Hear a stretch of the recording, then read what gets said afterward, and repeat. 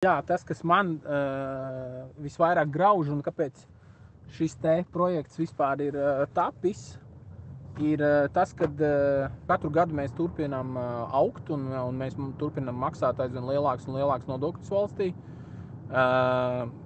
Un man nepatīk, ka man ir jāsponsorē, nu tātad gan es, gan arī principā lielākā daļa teiksim, Latvijas valsts iedzīvotāji, es domāju, ka viņi nav ar mieru, ka mēs sponsorējam cilvēkus, kas idealizē citu nāciju, nu, kaut kādu, kas vispār idealizē citas nācijas, attiecīgi esot Latvijā. Un man viņam ir jāmaksā par to, tam cilvēkam ir alga, par to, ka viņš ir pret Latviju. Viņš ir Saeimā, bet viņš ir pret Latviju un pret Latvijas valodu, pret Latvijas kultūru un pret Latviju vispār kā valsts, kā suverēns valsts.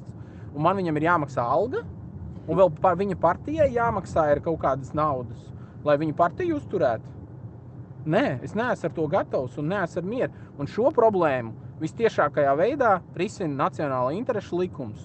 Jo ja šie cilvēki, kas ir Saeimā, un tur ir ļoti daudz tādu, ja viņi nepārstāv nacionālās intereses, viņiem tur nav jāatrodās. Ja viņi nepārstāv Latvijas kā suverēnas valsts intereses, ja viņi pārstāv kaut kādas svešas valodas, nav svarīgi.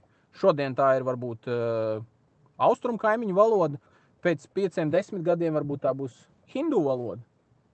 Tieši tā, pilnīgi pareizi. Un ja mēs nepieņemsim šo te nacionālo interešu likumu, tad jūs redzēsiet, ka pēc pāris gadiem mums būs tieši tāpat kā ir Kanādā, kur Toronto mērs knapi runā angļu valodā, jo viņi runā ķīniešu valodā.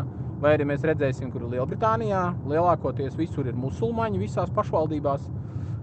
Nu, faktiski Latvija kā valsts ir izjukusi.